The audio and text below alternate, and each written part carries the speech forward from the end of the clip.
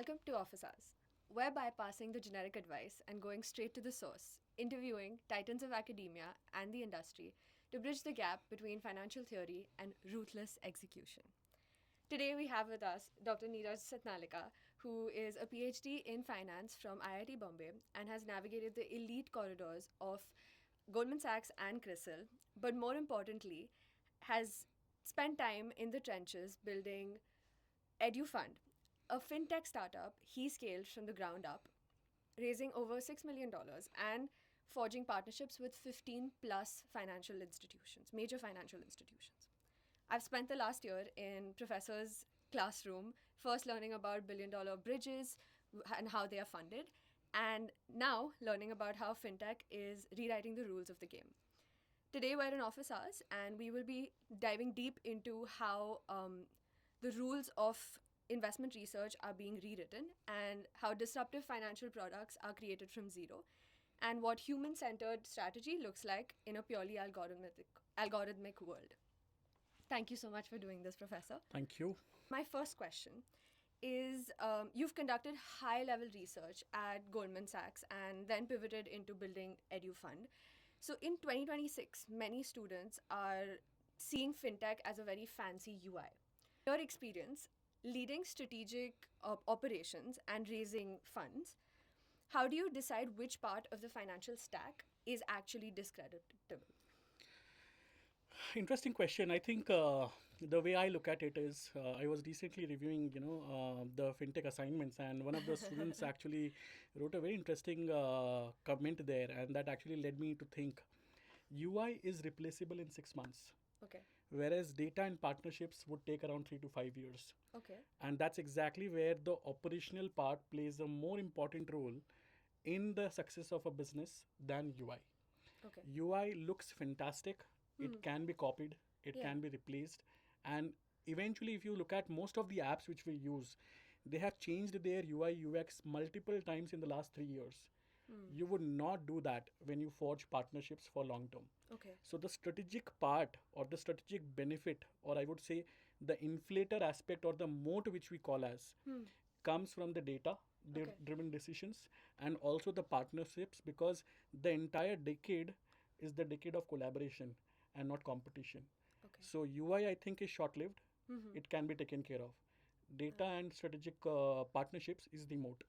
Okay, so that actually leads to my next question.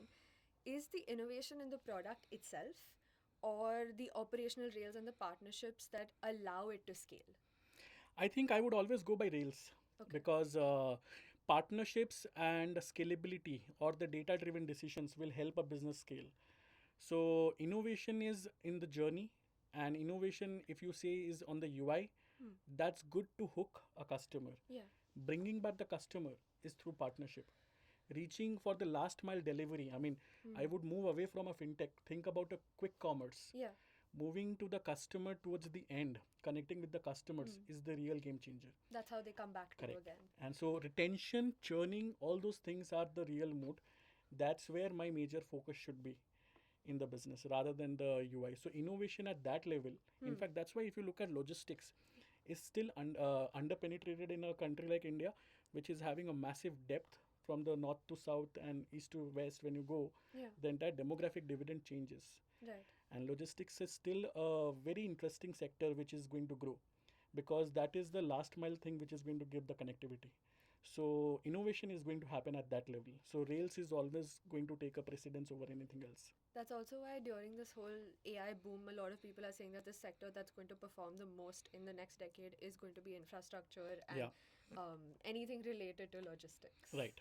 You worked at the chairman's office at Sakal Media, driving growth and due diligence. You were on the other side of the table, pitching to investors or forging institutional relationships. What is the one technical metric that matters more than the hype around maybe a deal or anything of that sort? See, I'll answer that in two parts. Many times people say that if I have money in the bank, I have won the battle. Okay. That's exactly where the battle starts, in my opinion. Money in the bank is not the metric for your success. So when I'm pitching to the investors for raising funds, that is not the journey half done. That is the journey. That is the point where the journey starts. what metric we should actually look at very cautiously, be it investors or partners, is what kind of synergies do I see with that investor. Is that investor coming with a long term track record or long term vision of working with the company who is raising funds? And if it's a partner who is going to work with you in the business side, what is the value add which he is bringing to my table, and what is the value add which I give to him? That marriage needs to be a happy marriage. Okay. Right. So in business, I don't see this. I think there should not be any scope of divorce. Right. So that's exactly what kind of metrics we should look at. For example, retention, churning, unit economics. I think the most important would be unit economics. What all things I can sell to my customers? What is the wallet share from the customer which I'm getting Yeah. month in, month out, is something which I'm going to look at. In fact, look at the likes of Geo. They technically sell everything under the earth to every household, and that's the moat which they have. Yeah. And that's why probably they have the highest amount of partnership in the global ecosystem today. Definitely. So, this is a follow up question on your time at Sakal Media. But is there something from your experience there that has really helped you when you were building EduFund? Yeah, I think if you look at EduFund, right, the major benefit or the USP or the innovation, as I call, is not on the offering, but on the integration of lending and investment management Yeah. to scouting the colleges, discovery happening in the same platform, planning happening in the same platform, at the same time execution happening in the same platform. And then you are going to go for the education. And education, I think, is no more a luxury in India, it's Yeah. a necessity in today's time.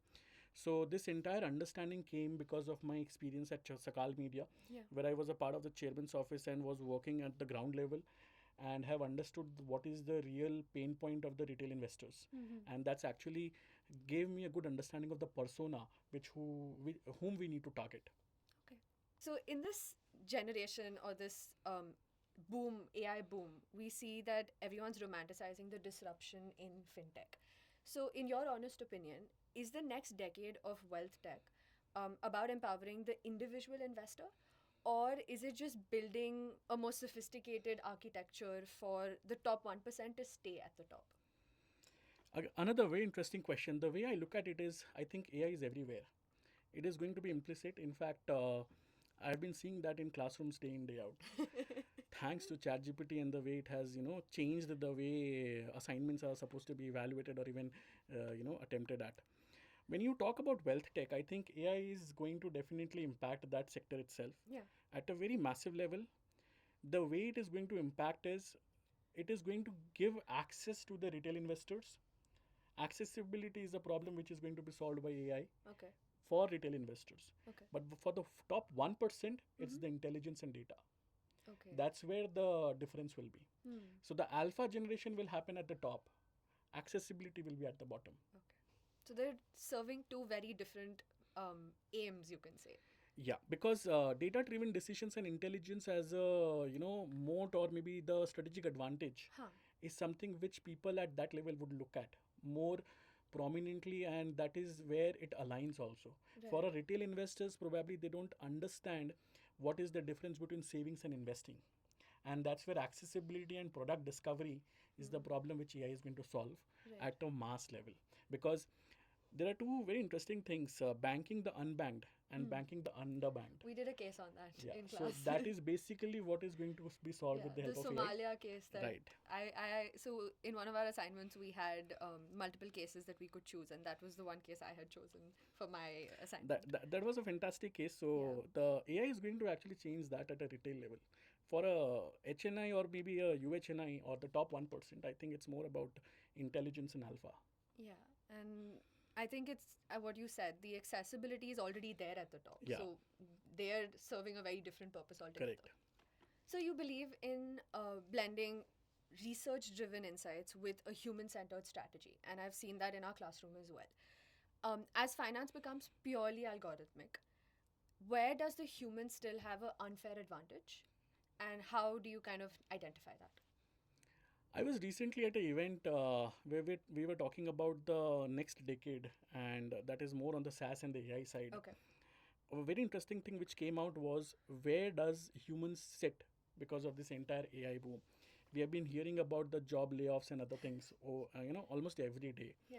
And one thing, this is a common question which I have been asked many a times in all my classrooms. So the way I look at it is 80% of the mundane task is going to be done by the AI. Okay.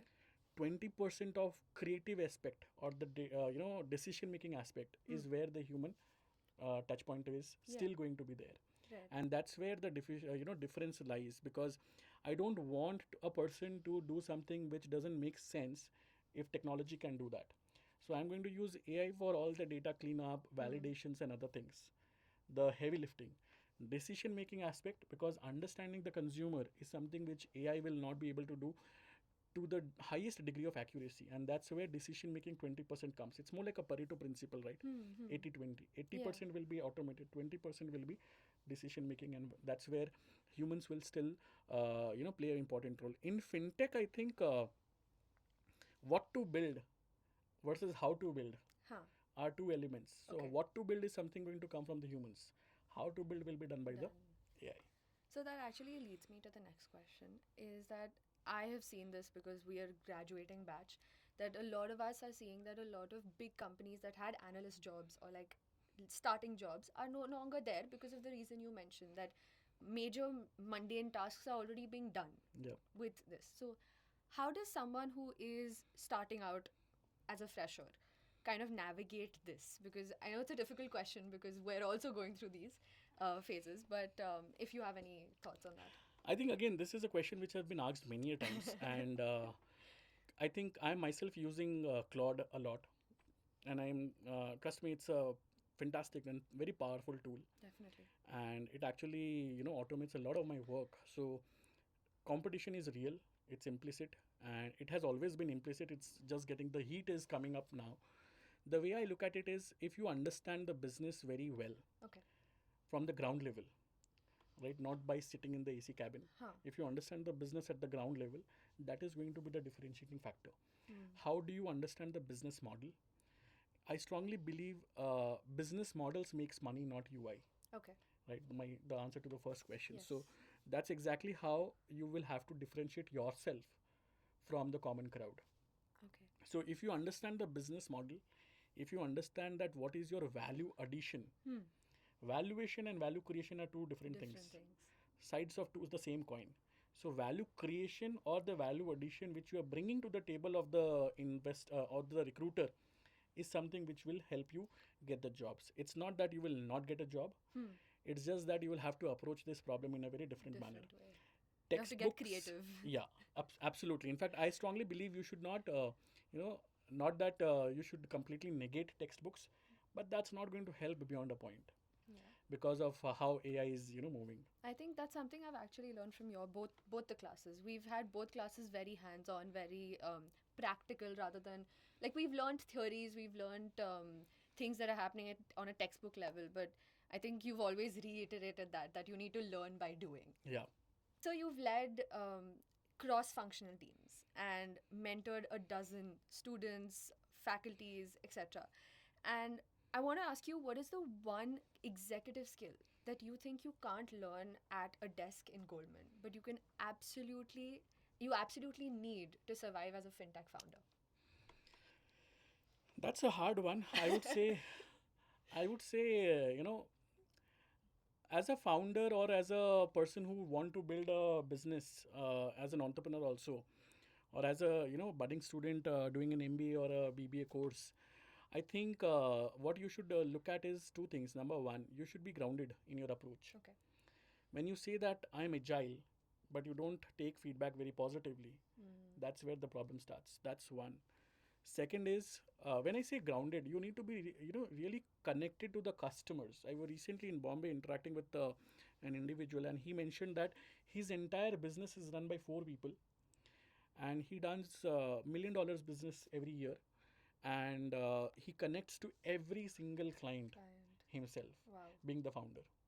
And he knows what exactly is the ask of the client. And his track record is fantastic. He has currently converted 100% of the clients he has met. That's amazing. And that's because he doesn't have too much of AI. He doesn't have too much of tech tools and other things. He doesn't have too much of noise around his work. He doesn't have noise at all. All he does is one thing very well is he understands his customers well. So that's the grounded aspect. And second is when you talk about leadership, I think you should lead by doing. That is the approach where people, at least millennials, would follow you. Otherwise it becomes very hard, because I have myself faced a lot of challenges in uh, changing my way of approach in teaching and also in industry, Right. on how do you take together your team and execute a problem. Makes sense. So, if you were doing an audit on your own journey and you had to talk about a professional legacy or credential that you're currently maybe holding on to, but you think will become obsolete at, say, 2030. I think when you talk about credibility, textbooks and other things, degrees are something which is going to become obsolete. But Okay. it would be important from a filtering criteria, the way we filter stocks from the universe. Universe. I won't negate that you don't need degrees. Definitely, you would need degrees. And if you mentioned about audit, so I'm not going to change any of my decisions in the journey. Okay.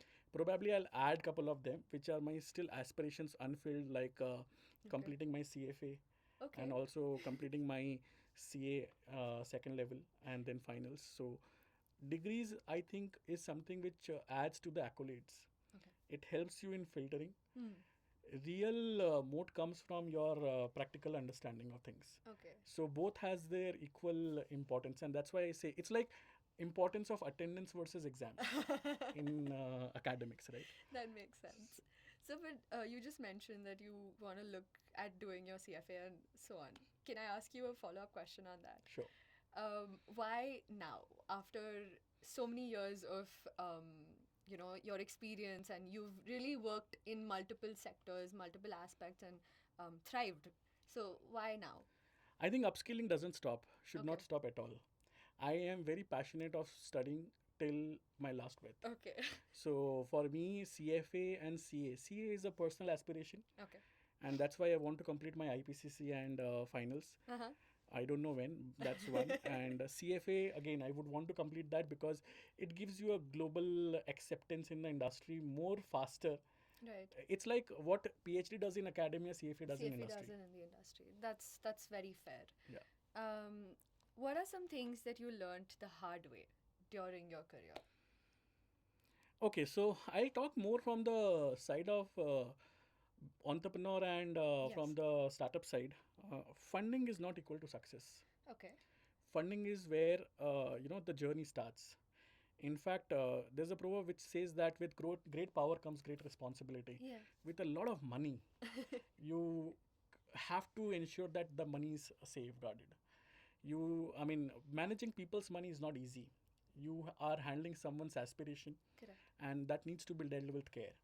So, if people think funding is equivalent to success, it's not. I think if you think growth should come at all prices, Hmm. that's basically a delayed failure. Okay. If you are getting growth Yeah. where your unit economics is not making sense, Hmm. then it's a delayed failure. Delayed failure. You will have to focus on your unit economics rather than focusing on the growth. Right. It's like two sides of the same coin. It cannot be it cannot be together. Right. Either it's unit economics or it's the other way around. That makes So sense. these are the two top lessons which I think has been the game changer over the last 7 to 8 years. Amazing. In concluding thoughts, what is something no one tells you about building a career in finance, given that you've already gone through multiple different phases at CRISIL, at Goldman Sachs, and our audience is someone who is looking to build a career in finance. So anything that you can give them and any other concluding thoughts as well. Sure, I think when you talk about finance, right, I strongly, in fact, half an hour back, I told to the senior batch that if you want to build a career in finance, Excel is something which you need to, you need to make Excel your friend. Correct. If you can think analytically, you can actually build your career in any domain. And the way the world is moving, we are living in a VUCA world, right? Every day there's something which is volatile and uncertain about this in entire ecosystem. So you will have to really stand out in your skill set. When I talk about skill set, scoring a high marks in business communication won't help, Hmm. but understanding that reading between the lines, or what is the uncovering the real reasons why something is happening Yeah. is something which needs to come out should come out. It's very important. Holds a lot of value. So for students, I think technical skills, understanding the building blocks of life, Yeah. or the business Right. is the two most important things I would say you need to focus on. Rest all I think you can gradually learn with time. Okay. Learning should not stop. Upskilling is implicit now, the way volatility is. Right. So you're saying that technical skills have become like the baseline now, right? So how do you as a fresher, like, beyond that, differentiate yourself? You mentioned it earlier, but I would want you to pinpoint it if So possible. when I talk about technical skills, I'll give you a couple of examples from the finance side of things. Yeah. When I ask people many a times, what do you want to be in your career? What do you want to do in your career? Yeah. If it's a marketing people, they said that I want to be a brand manager. Okay. And if a finance student says that I want to be an investment banker. Hmm. Now the question is, the roles and responsibilities of an investment banker is not merely around mergers and acquisition. Hmm. It's more than that. Yeah. When you try to assess a business, every business has its own value, and Okay. for every promoter that business is very valuable Very valuable. because it's their asset. Yeah. So you will have to find out what are the numbers saying. I strongly believe number has a narrative. Okay. It has a story to say. Merely looking at one headline number Hmm. would not help you understand the business. Always question, why is this number looking like this? Okay. What is the hidden story behind that? So, in fact, when I speak about financial analysis, you should always read multiple ratios together to uncover the real, hidden story behind that. And that's where technical skills becomes better. Okay. That makes sense. Thank you so much. Thank you so much for watching. Please drop us feedback and tell us about your feedback and your takeaways in the comments. Like, share, and follow, and we will see you in the next office hour. Thank you.